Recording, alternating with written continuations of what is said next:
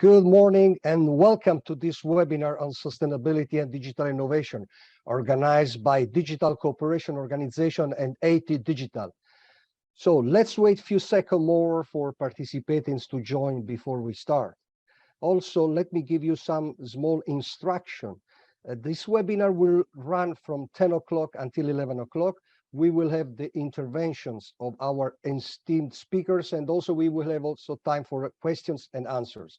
The question could be presented using our Zoom feature. Also, let me inform you that this webinar will be recorded. I hope that everyone is comfortable with this, and the purpose for recording it is just to share it at the end with people who were not able to stay here today.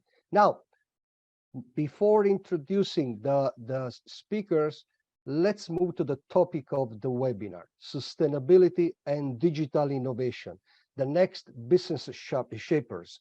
As you see here, we have in the slides already two key words of the seminar, sustainability and digital innovation. And those are two trends that are creating really new opportunities that they will change the way we act and live in the future.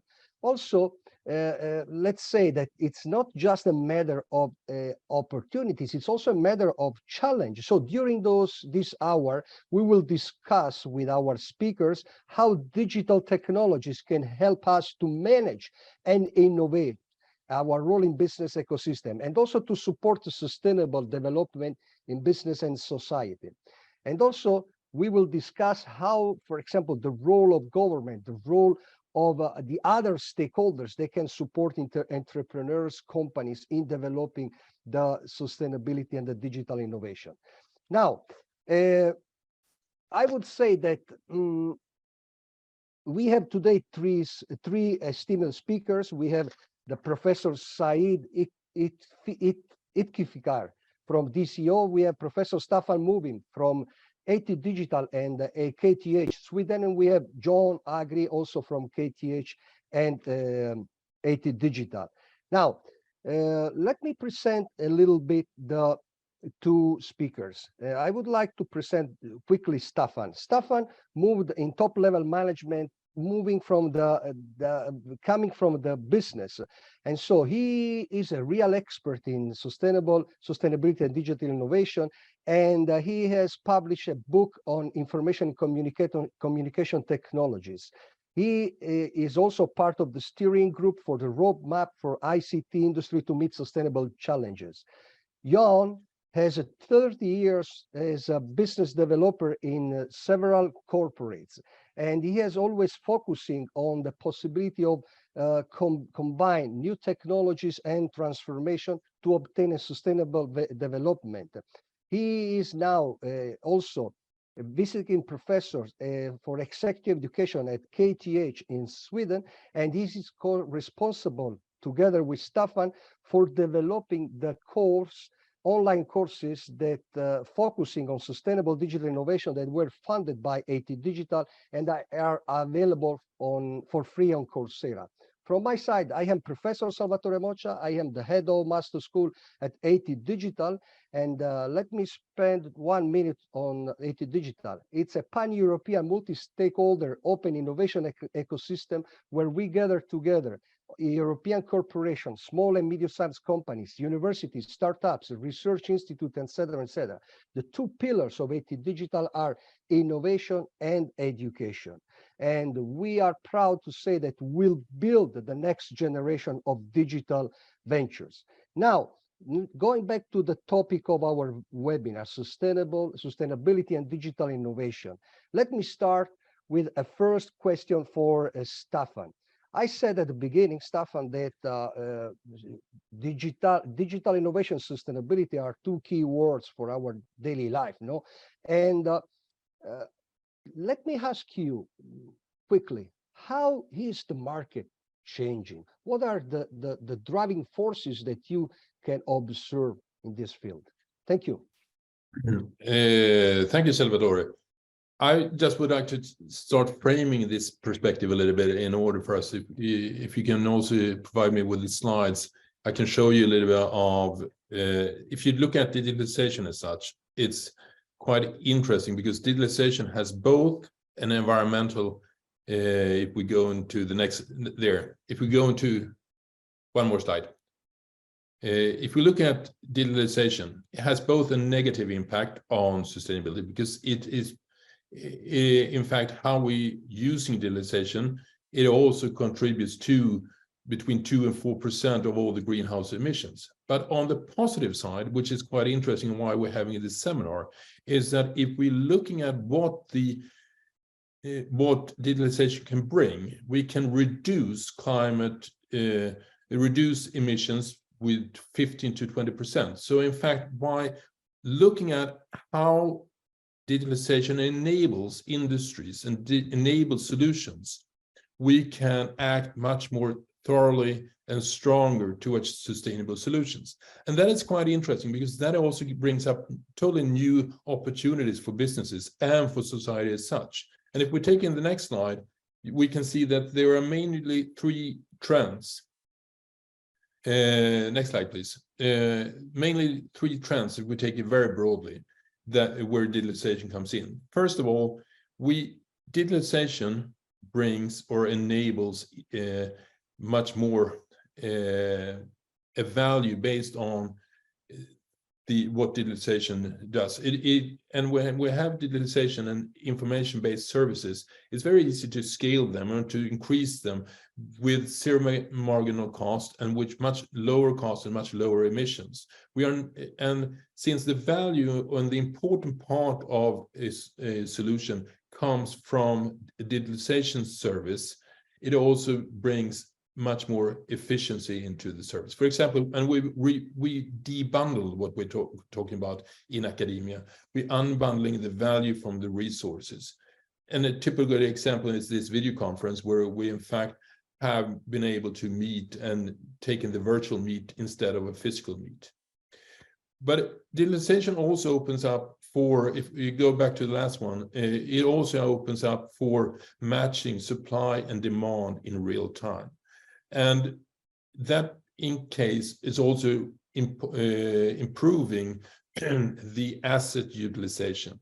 We use the assets much more. The most obvious one is, of course, Airbnb and Uber, where you improve the assets of a housing or a car by the digital services. But you also, that's one part. And the other one is that you increase the quality of service. Since you are matching in a much better way, you find customers and suppliers in an efficient way for the real reasons. But the most interesting part, and which is more also harder to see where it will come, is the disruptive challenges that the digitalization provides. The most obvious one, of course, is the music industry, going from the CDs to Spotify and stream media, but also others. You can see that you're really disrupting the society as such. And there is where the big interest comes from. And if you take in the next slide, you can see that we as a business and both need to address this, how the market is shaping, because you see in the big trends, but it's also empowered by both public pull and private pull.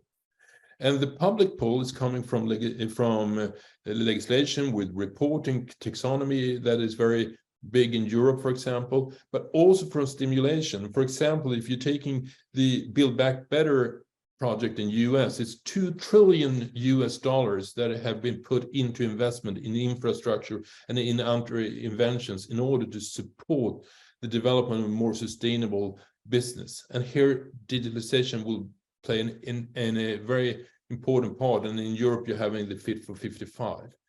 But that is the public side that is pushing, but it's also coming from the private side. When you're talking about industries, you started to looking at sustainability in your own turf, looking at the business as such, but it becomes more and more important to see the value chain and what's happening before. And when sustainability starts going from your internal business perspective, that's scope 1, to supply chain and how you source energy, supply scope 2 and 3, all of a sudden, the suppliers need to adapt in order for sustainable solutions to be real sustainable. And here is the demand coming very much from both the business-to-business perspective, but also from consumers that require a more sustainable product. And the third part is, in fact, that reporting is starting coming. These shareholders are also asking for how you act. And the GRI, the Global Reporting Initiative, and the Science-Based Targets are so far very often self-proclaimed initiatives by the industries, but they're also driving and ensuring the businesses to become more valuable as a company and increase the market value. And all of these, in fact, open up for new market opportunities. And where digitalization is the enabler and the big benefit and the big enabler to act very fast and very strongly in these areas. And if you go into the next slide, you also, when you're thinking about the market and how the market is shaping, remember three parts that are quite obvious, but different actors act out of different reasons. Companies and entrepreneurs are the ones that in fact provide the new innovation and solutions to address the market opportunities. So we must allow and support their action. Customers are looking for their businesses, or if you're taking business to business, or demands their need, want to make sure that the sustainability comes in their business as well. And investors is an important part, because the investors trying to seek risk limitation.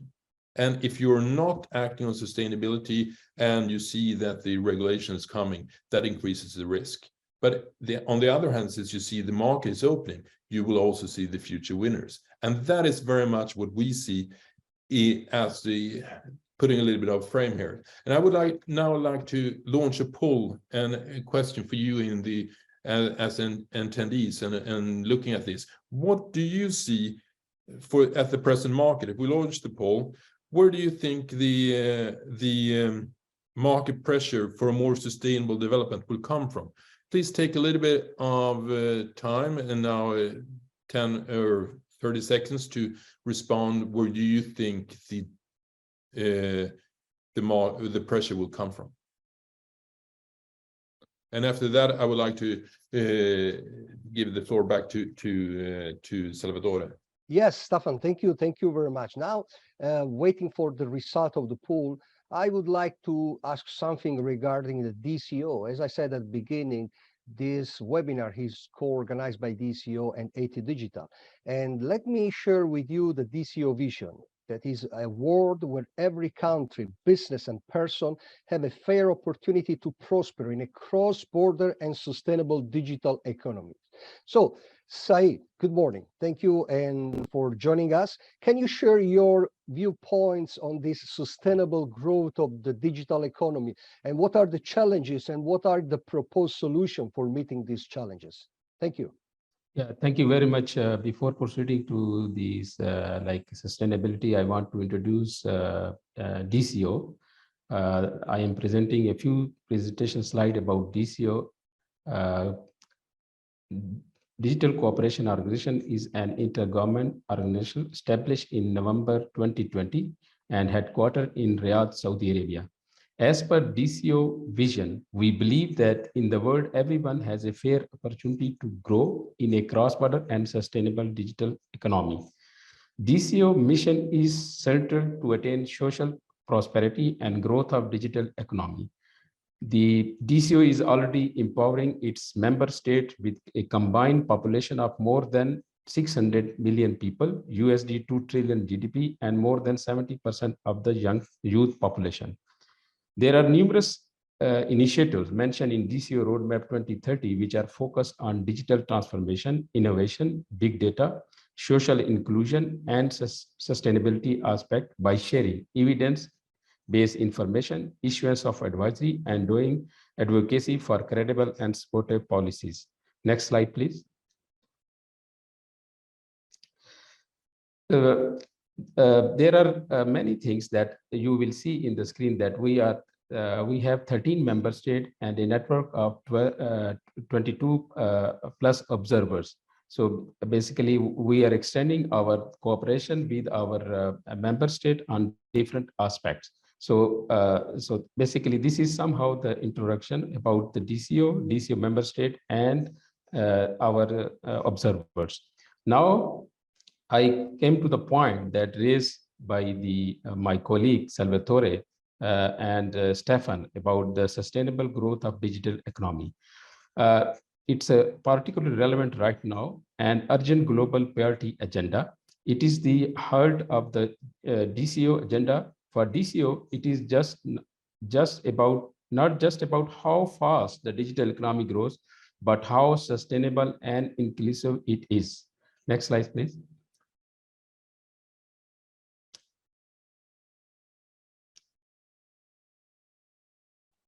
Sustainability slides, please. Go back, please. Yeah, that's it. Sustainability needs sentiment analysis, extensive use of state-of-the-art resilient technology, regulation, government incentives. Sustainable development means we achieve our today objective without compromising the future generation ability to meet their needs. In 2000, UN implemented Millennium Development Goals, and then in 2015, UN adopted 2030 Agenda for Sustainable Development. Since November 2020, DCO is an enabler for inclusive and sustainable digital economy. The concept of sustainability evolved from environment to in circulating social, economic, and governance dimensions. There is a strong linkage between UN SDG and digital economy. Next slide, please. According to the latest UN SDG index score, the global progress towards sustainable development goals target is about 60% since 2020. Unfortunately, such figures indicate that the progress on the UN SDG has stalled over the last 3 years due to COVID-19 pandemic. There is an urgent need to accelerate this progress, and we believe that digital economy has a critical role to achieve the UN SDG goal by 2030. Next slide, please.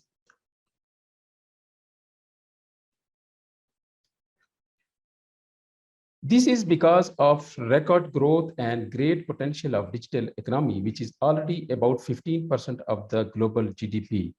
The digital economy is growing twice as compared to the traditional economy and is primed to capture about a quarter of the global GDP by 2025. It is important that we should keep this growth and digital transformation sustainable. In this way, we may utilize the power of digital using technology to boost sustainable digital economy.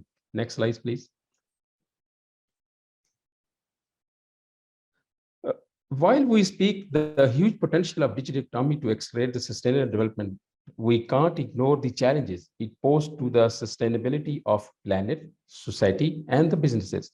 Can we believe that the carbon dioxide emissions from digital technology, which already are 4% of the global share, could double by 2025 and even reach 14% by 2040 if left unchecked? We are already seeing a big data divide among the that have and have not of digital skills. 2.7 billion of the world population are offline and want connectivity to use internet. Digital businesses like online advertising are being dominated by a few big international IT firms. Next slide, please. We believe that these challenges can be addressed effectively through multi-stakeholder collaboration. Therefore, DCO launched various initiatives to boost an inclusive and sustainable digital economy. Some examples of DCO initiatives are R&D acceleration program to tackle the digital carbon footprint, digital young leaders program to upskill the youth and women skill sets, a startup passport to facilitate the digital business expansion across borders. We will achieve all this collaboration of relevant stakeholders through the DCO platform. Next slide, please. And as a starting point for this collaboration, we come up with a foundational framework. This framework across the vertical 3 pillars of planet, society, and business helping exploring way to two horizontal pillars that are centered to ensure that digital economy grows sustainably and harness the power of digitalization to accelerate sustainable digital development across all the sectors. Under these pillars, we collectively need to promote ecological footprint in the form of renewable powered cloud computing, EVS initiatives, boost digital transformation, which is a key accelerating tool for the global UN SDG progress, encouraging digital innovation in the form of digital public goods to deliver society-wide impact for the present and future generation. Next slide, please. Thank you. Now I hand over the floor to Stefan, please. Yeah, before going to Stefan, Said, let me thank you. Said is the director of the Digital Cooperation Organization, but he's also an expert at world level. He's a researcher in the field. So I thank you for your vision. I thank you also for the data that you provide to us. So I see already the results of the pool, and I see that if someone from the organization, could you please share on the screen the result? But I see that there is people here, they believe that the future will come from new technology standards, but followed very closely by startups, new players, and regulators. So please, someone from the organization, if you can share the data. Yeah, thank you very much. Thank you very much. So now, keeping this data in mind and going back to Stefan and Jon, I would like to ask you, what are the, from your perspective, what are the main drivers for change? Thank you. Well, I think the answers of the participants very well reflects that there are multiple drivers active at the same time. There's both a market pull from the customers that want to reduce their future risks, as Stefan talked about earlier, and to build brands and link it to sustainable development and the positive aspects of that. And I come to think of a retailer like Lidl, based in Germany, that is very actively working to promote their brand this way. But of course, there are also a push from new regulation and subsidies, sort of a carrot and a stick combination from regulatories that target to reduce reductions of greenhouse gases and improve, for instance, working conditions. And in addition, as very clearly pointed out, it's important to note that there are new companies that challenge the incumbents, and they use new technologies. And one very interesting example is the Tesla making electrical cars. And maybe somewhere where I differ a little bit is I think that the bankers and financial institutions will become very important. And this is very closely tied to new forms of ESG reporting, ESG standing for environmental, social, and governance reporting, particular to the financial industry, that are now coming up in several markets and required by both shareholders and financial institutions, such as the market makers. Such, I'm thinking of NASDAQ and other stock exchanges. That's the word I'm looking for. Thank you. Stefan, what do you think? I think I agree with you to a very large extent. That's not very surprisingly, but since we've been working on this topic. But I think it's quite interesting exactly what you said, because this change is broad. If we're looking at the poll results, you see the answers are coming from different areas. It's coming both from the regulators, coming from the industry, and coming from the technology standards. And that reminds me about a discussion we had with the prior president of World Business Council for Sustainable Development, Björn Stigson.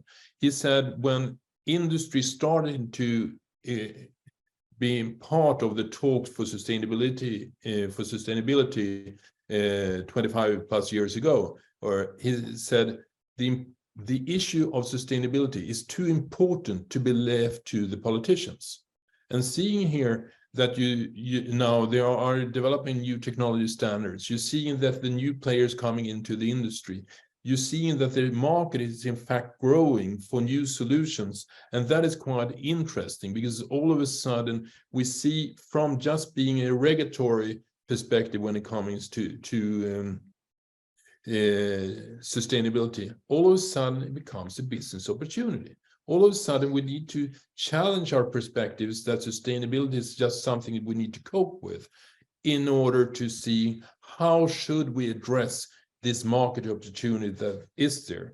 And if we, and I, as I said previously, I think that digitalization here is a key essential part in order to bring this and to enable new solutions. And here is in fact where there is a big power and there are a lot of new possibilities. But I would like to launch a second poll, in fact, before we go further and discuss this, to see how you reflect upon what are the most present, why, and looking from the entrepreneurial perspective, and what are the most pressing challenges for entrepreneurs in order to reach out and address this market that is developing. So please take half a minute or something, and you can answer with multiple choice, of course, because there are probably different aspects in this as well. Okay, Staffan, thank you very much for launching this second poll.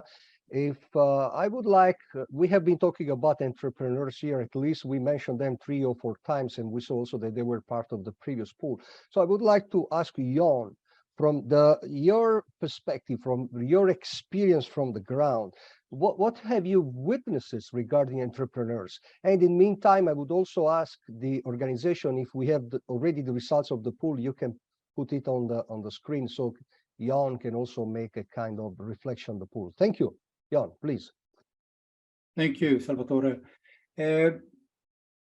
I always come to think that when I work with forward-looking entrepreneurs, they seem to be saying the most difficult part is to tell when the demand will be there, when the regulations. So it's a matter of timing. If you take a long-term perspective, you know pretty well where things will go, but how quickly, that is hard. Yeah, so sorry if I interrupt you, but I have already the results of the poll, and I see that they are going exactly in the direction that you are saying, the revenue perspective. So could you please share the data, the result? Thank you. Thank you. Yes. And again, this I think is reflecting the fact that you need to balance how strongly you invest and when you can expect to make money. Now it dropped off from my screen, but if I continue to give you another example, I think very often when you're an entrepreneur, you need to change, you need to work in a system together with others. So it's a matter of cooperation.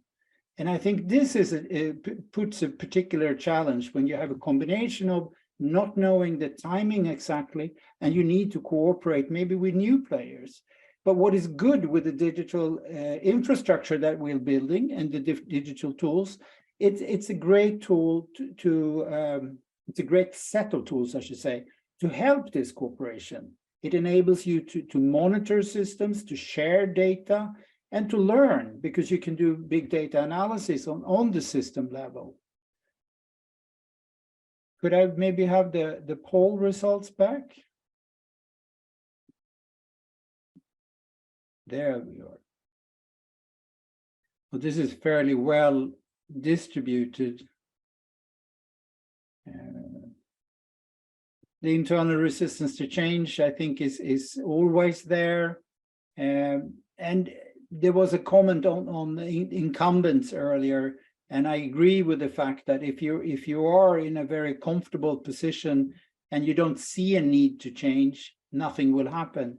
So this is why I think we need to rely on the fact that new technologies and new actors challenge the status quo. Yeah. Maybe that's sufficient for now on that question, and I have a chance to come back and talk a little bit more about entrepreneurs later, I hope. Yes, I believe what you were mentioning before, the importance of resistance to change. Yes, revenue is an important element, but also I see several cases of resistance to change. Now, we have been talking about challenges, and I would like to use this concept of resistance to change to launch the next question to Staffan. We have been talking about challenges, but what are the obstacles to to solve these challenges? I think John touched upon it, and the results is also there that supports it. It's in fact very much a mind shift that you need, first of all, to see when is the market there. But what you can tell from the market pressure is that it becomes sooner and sooner that you need to act. So the market will be there, and as the market develops, you need to be prepared to see where the demand will be developed. So and because right now there is going on a mind shift, and goes on the mind shift within the governments, within the industries, and within the businesses. And as you start to reflect, you will see segments that are more progressive, and where you in fact will be able to act for that. For example, in Europe, there have been a very big push right now for green steel that is made from that is not using coal as to produce the steel, instead of using hydroxide, which is really developing the market in a green way, and that is pushing it, something that we didn't expect a couple of years ago, but all of a sudden that is changing the parts and the market in certain segments. Of course, still the steel market is really huge, and this is just a segment, but the market is there, and therefore you need to act on it as well. And we need to come away from the perspective that sustainability is negative for business development. It's an opportunity, it's an in fact, and I think it will be premises for business development and business opportunities, because we can do more with less. And I think that is a very catchy slogan, if you say, but doing more with less is in fact something that is quite clear. And what I think has been the big change over the last years that I've seen is that all of a sudden, from sustainability previously was a separate part to support the staff part in the business organization. All of a sudden, sustainability becomes core in the line process in companies. And as a consequence, there will also be new market opportunities. But I think there's still a very big need for companies, for government, and for institutions to promote and also support the shift. And if you're seeing that, part of that is also to make sure that you have the digital quality, the digital literacy that we saw in the slide in the market, so you can accept and build and take use of the new solutions that are coming out there. So there are several parts there, but I think the big part here is, in fact, is a mind shift. Thank you, Staffan. So you have been mentioning government, you have been mentioning regulations, and we saw also those questions that are important also from the perspective of our assistant. And I would like to thank you for participating to the two pools. Now, let me go back again to the director. So Said, and going back to policy and regulation, what do you think what we should do? I mean, should we adapt? Should we change those policies, those regulations to facilitate the business growth for entrepreneurs? What is your opinion? Thank you. Yeah, thank you. Thanks, Salvatore. There is a diverse set of policies and regulations that need a special attention from the governments and other stakeholders to facilitate growth of entrepreneurs. And you also see in the polls that the second topmost challenge is the inadequate policy and regulation that need to be changed for the entrepreneurs. Now I present some examples of such policies. Like one of the most is policy that is required for the entrepreneur is government incentive policies should focus on a set of incentives that may include but not limited to the following, like tax incentives, tax breaks, rebates, cash rewards for the entrepreneurs, startups, SMEs, offer financial loans through banks at a low interest rate, introduce special incentive in terms of capacity building of HR, because we also see in the poll there is also a challenge of capacity building, like free international tax certification registration, like Microsoft certifications. The second type of policies, like government should consider creating policies for the establishment of a special economic zones for industries to better manage the issues of low investment, exports, and industrializations. Regulation for the protection of intellectual property right is a key asset for the entrepreneurs. So there is an essence that government may ensure the provision of strong and enforceable IP regulation. In this way, entrepreneurs can secure a return on their investment and protect their competitive advantages.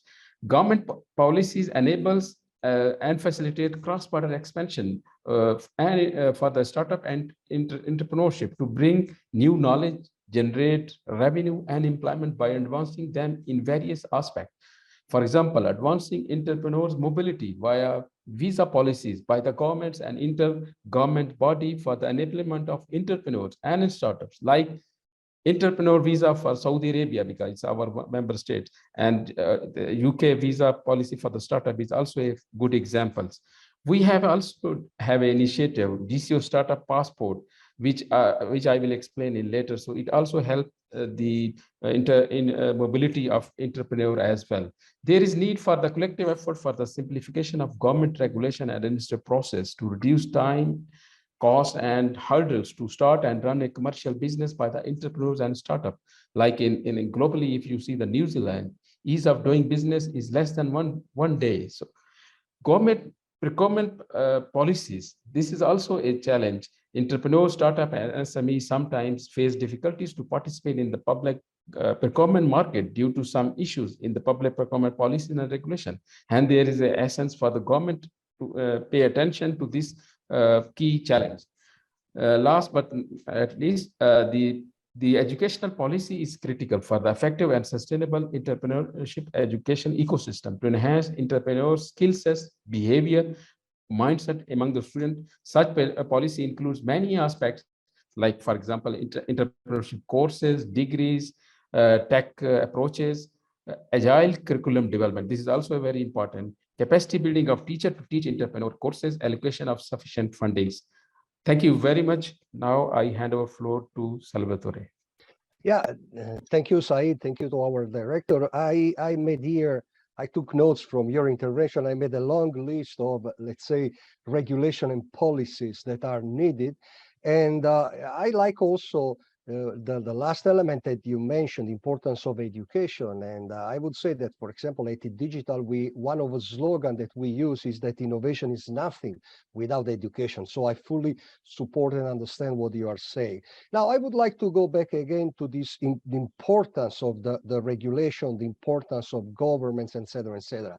And I would like to ask Staffan, why it is important? Why? Because we have a list from Saeed, but at the end, why it is important? To start with, the business is the one. I think that a lot of the problems that we're facing today is business challenges, and business should focus on solving these problems. However, today's system is not, the businesses are not acting alone. We need to act in balance with the government, and the government must see and support how the market is developed, and also support building the basis for the possibility of a business to develop and the society to develop in a good way. And part of that is, of course, what Said also mentioned, the infrastructure when it comes to education, but also to have supporting and securing that you have accessibility to the digital technologies in a way that in fact you can take benefit from all these kind of solutions. So there is a lot of support that the government needs and must make in order both for talent, for the knowledge to build, but also for the new kinds of industries to prosper and in fact develop. So that is important. But however, that also becomes another challenge for us as if you look at the business perspective, because very often when we're talking about sustainability, we focus on the small problems. We're focusing on how to reduce, which we should as well, but we're focusing, for example, on how we should reduce the carbon footprint by having more efficient servers, or taking very much focus on how we put pressure on the sustainability, instead of seeing the other side, seeing the revenue side, seeing the possibility side, because that is also something. Because if we're looking at, for example, when the simple example when post was put away in favor of emails. Of course, the substitution from a mail to an email reduces carbon footprint tremendously.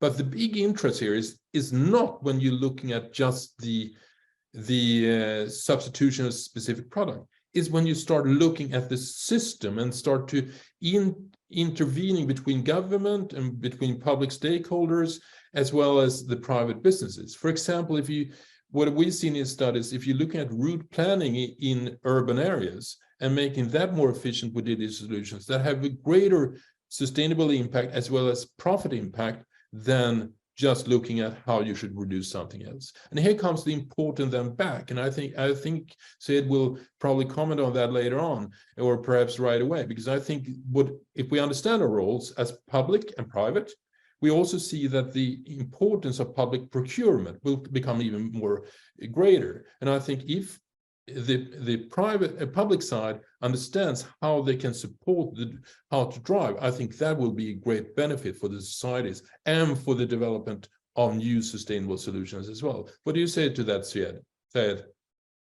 Yeah, thank you very much. I agree, totally agree with you. Entrepreneurs, startup, and SMEs faces various barriers to participate in public procurement due to inadequate public procurement policies and regulation.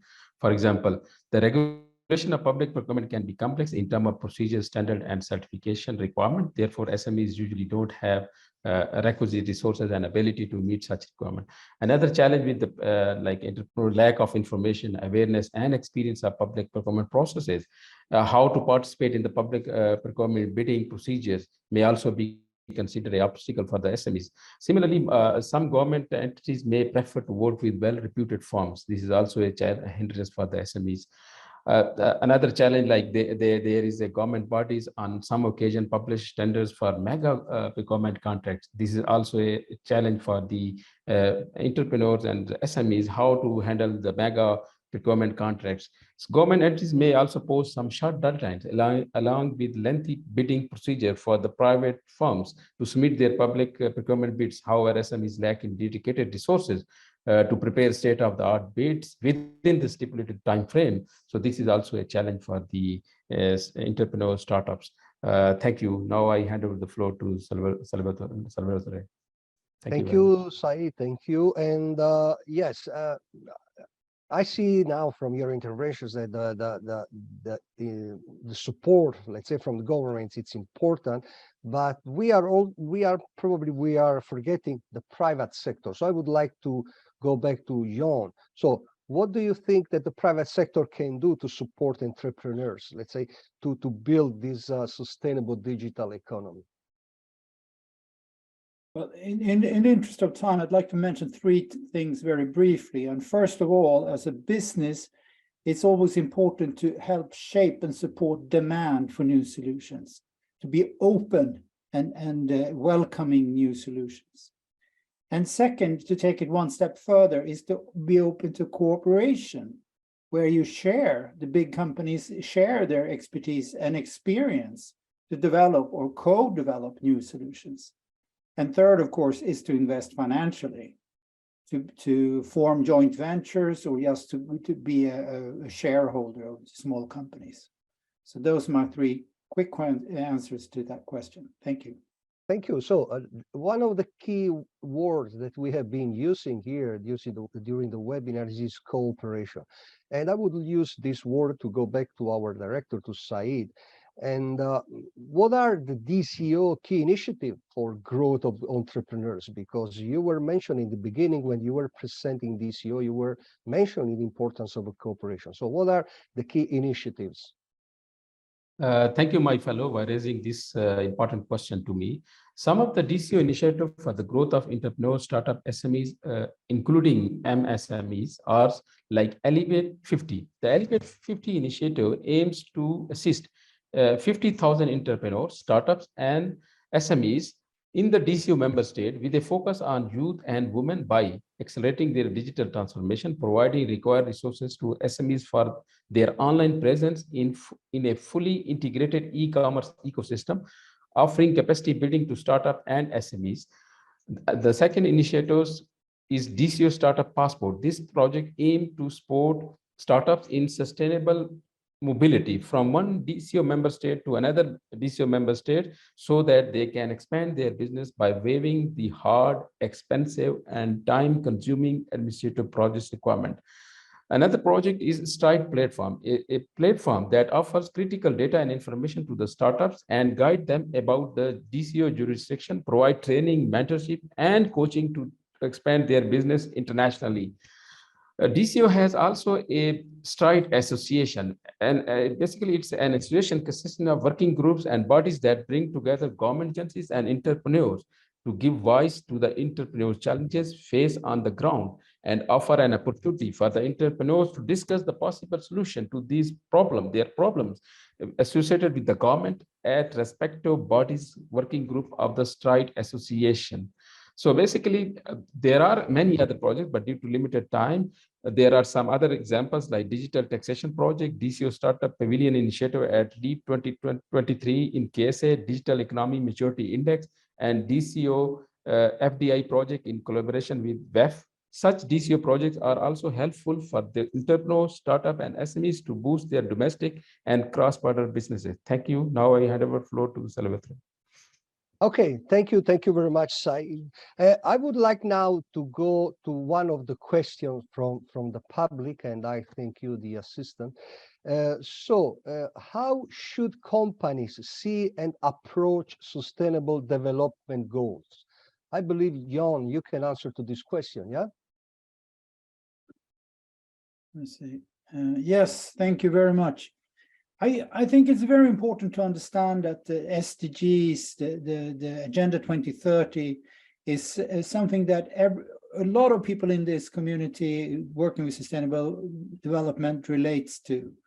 But as an entrepreneur and a company, it's not really the starting point I would recommend. I think the most important thing is to do materiality analysis and see from a both scientific and a stakeholder perspective what are the key issues to look at.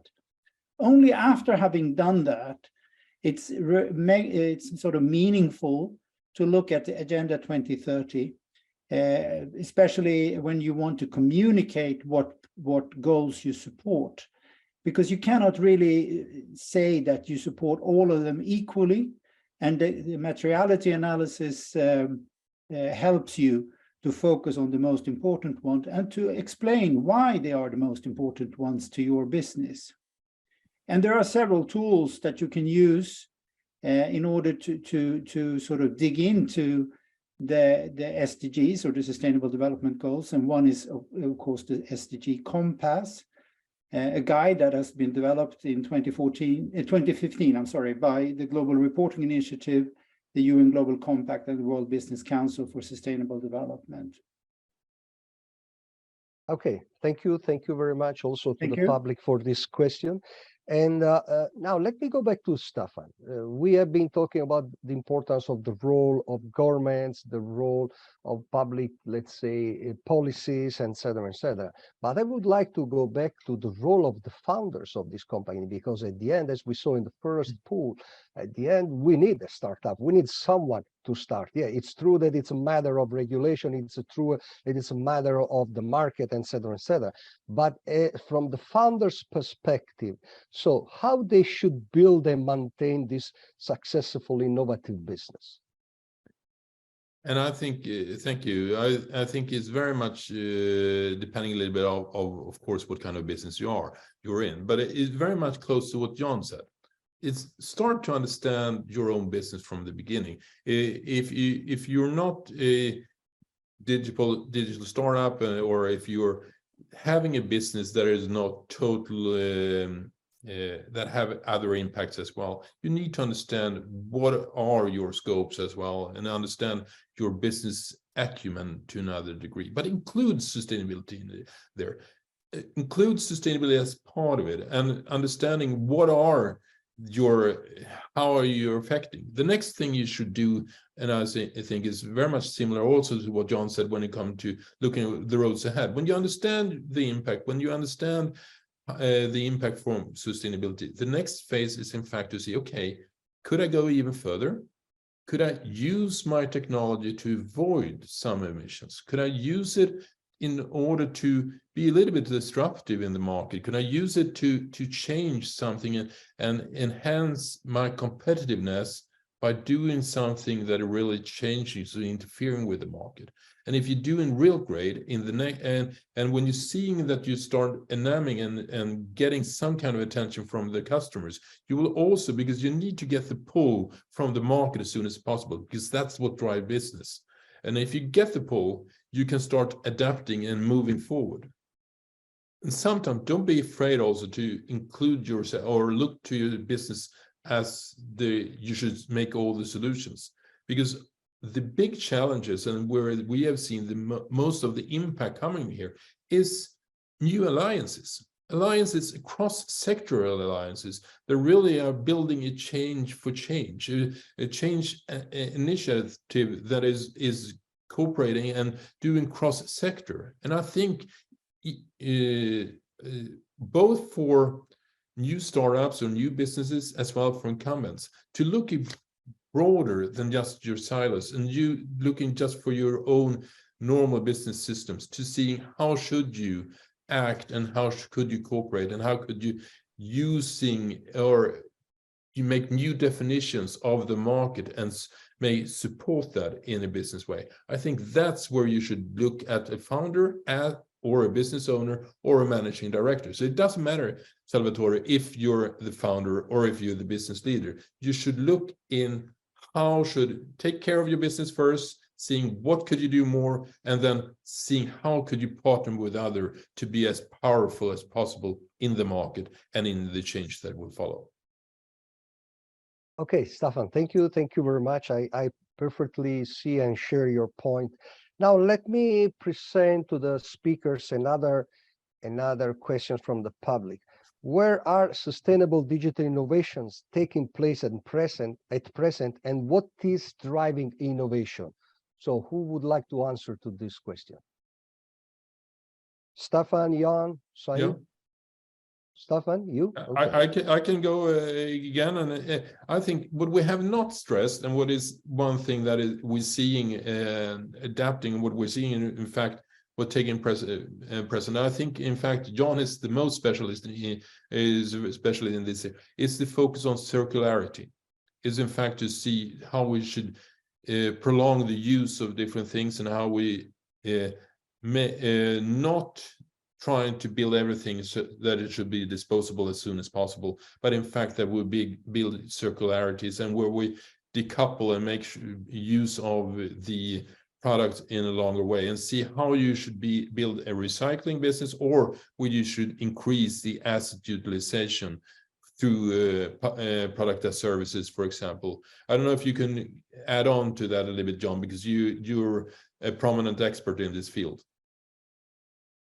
Yeah, circular economy is a concept that has been given many names, and we use this phrase maybe the last 10 plus years, but it's really all about system, or let me put it this way, it's about resource efficiency.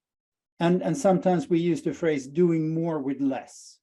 And when I worked in the 90s as a young business developer, it was the sort of the way that industry addressed the opportunities of new technologies, miniaturization, more efficient motors, etc., etc. But when it comes to radical resource efficiency, it is very much about the systems, to reconfigure systems and make systems efficient in the sense of providing just what the customer needs and nothing extra. A typical example is that we talk about mobility. We use cars to solve mobility. My car stands, and like most cars in Europe, it stands still 95% of the time. It's not an efficient system. But it has its practical reasons why I keep a car. So the opportunity to create new business models, for instance, offer cars on a, say, a semi-taxi way as a service is extremely interesting, and it completely relies on digital economy, or pardon me, digital technologies, because you need to keep track of the vehicle and the billing, and also to make sure that things are safe and the people that are involved in the system are safe. So circular economy very often is seen as a way to reduce waste. It's absolutely about reducing waste, but it's much more about increasing the resource efficiency of systems. And again, and this cannot be stressed enough, digital technologies makes this possible. Am I addressing what you expected me to say, Staffan, or is there things? Okay, thank you very much. Back to you, Salvatore. Yeah, great. Also, because you answered to another question that was here, that was the concept of this doing more with less. So now the time is flying. We are almost getting to the end of this webinar. But before leaving, first of all, I would like to thank again DCO and A2 Digital for the perfect organization of this webinar. I would like also to thank the speakers. But before leaving, I would like to go back again to the director of DCO, because you made a long list of activities from the governments that could be done to support, let's say, the entrepreneurs. But I would like also to ask you just at the end, if you have some examples, some government initiatives or any public-private sector partnership that you saw that they were successful in helping entrepreneurs to overcome these modern challenges. Thank you. Thank you, Salvatore, for asking this important question. I want to highlight a few such initiatives that are helpful for the entrepreneurs to manage their modern challenges, like we discuss in details. Like National Incubator Centers, NIC, Islamabad, Pakistan, it is the best one of the best example of public-private model. Basically, it's a cooperation between Ministry of IT Pakistan and private sectors, JAS and Team Up. The center is performing active role as a mentor, innovator, and change makers for the entrepreneurs and startups. Till date, they incubated 230 startups and entrepreneurs. The success story is DG Khata. Basically, it's a bookkeeping software, and it's raised about $2 million in a seed funding. Similarly, there is another initiative in our member state, Jordan, Innovative Startup and SME Funds. So basically, it's also a very critical initiatives. We aim to support the development and growth of Jordan entrepreneurship ecosystem. It is a private sector managed fund in support of World Bank with the aim to invest in innovative startup and early stage SMEs. I also want to highlight another initiative. It's basically authority, small and medium enterprise authority, SME authority in Saudi Arabia. This authority is also established by the Saudi Ministry of Council decisions. It's aimed to regulate, support, and sponsor the SME sector in Saudi Arabia in line with international best practices. The authority is working to enhance the productivity of SME and their contribution to GDP from 20% to 35% by 2030. One success story is Takat Badila. Is an entrepreneur, SMEs that offer solution for renewable energy. At the end, just I give is some like the advice for the entrepreneurs. Don't be afraid from the failure. Use failure as an inspiration. I'm also sharing with you a few famous quotes from Oprah Winfrey and Arena H. Failure is another stepping stone to greatness. Failure is not the opposite of success. It is part of success. Learn from mistakes. Mistakes are opportunities to get smarter. Thank you. Floor is handed over to you, Salvatore. Thank you, Saeed. Thank you to all the speakers. Before closing this webinar, let me recap. I was taking a lot of notes, so I will, after this, I will make a lot of reflections on what you said.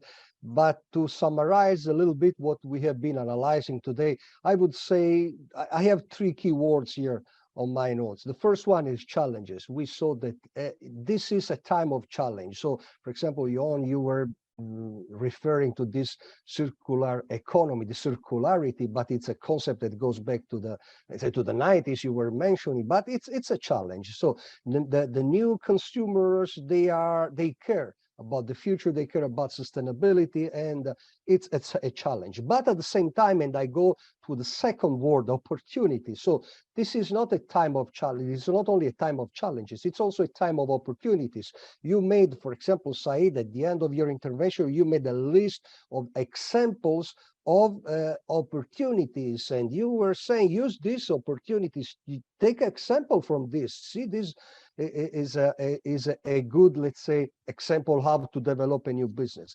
And third elements, something that Stefan, you mentioned several times, cooperation. So cooperation, yeah, it is true that we still need founders. I mean, we cannot forget the founders. We cannot forget this the starting point, but we need to have a kind of cooperation, because founders alone, they cannot go, because as we saw also from the pool, the revenue, it's one of the important element, one of the biggest challenge of what we have at today. So thank you again. Thank you to DCO for the perfect organization. Thank you to 80 Digital. And thank you to the participants. I hope that, Said, I hope that this will be just the first of a long series of activities that we will do together. Thank you to the participants. Thank you also to the administrator and technology provider. Thank you. Thank you.